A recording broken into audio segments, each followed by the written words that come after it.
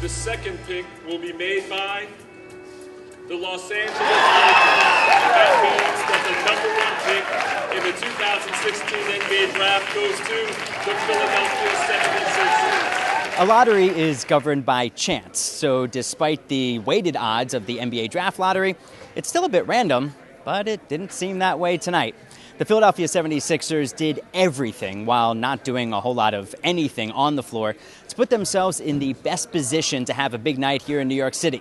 And it played out exactly the way the percentages forecasted, 1 through 14, with the Sixers landing the number 1 pick, the Lakers holding on to their top 3 protected pick at number 2, and the Celtics getting the 3rd pick in the June 23rd NBA draft.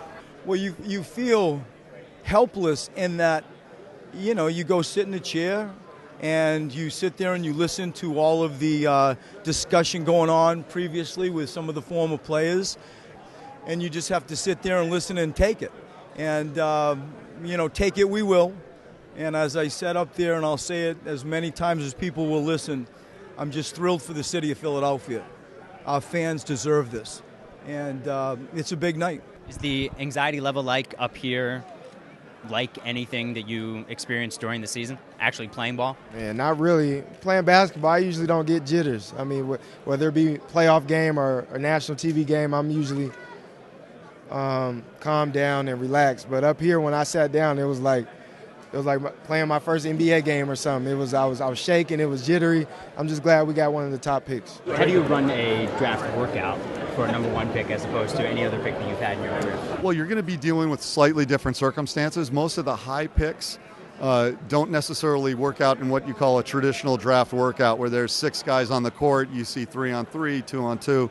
A lot of drill work, etc. It's one more opportunity to sit in front of the player, talk to them, get to know them a little bit more, learn more about them as people, not just basketball players. We've evaluated these players to a great degree over the course of the last year. So there's a lot of good things that we've already got in place.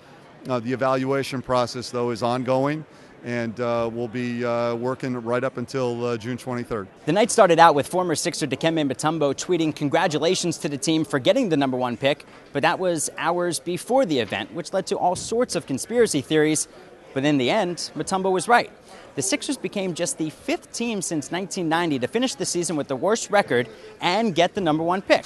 So now they can add a name to the list that already includes Derek Coleman back in 1990, LeBron James in 2003, 2004, Dwight Howard, and this past year's Rookie of the Year, Karl Anthony Towns. At the NBA Draft Lottery in New York City, I'm Noah Coslov.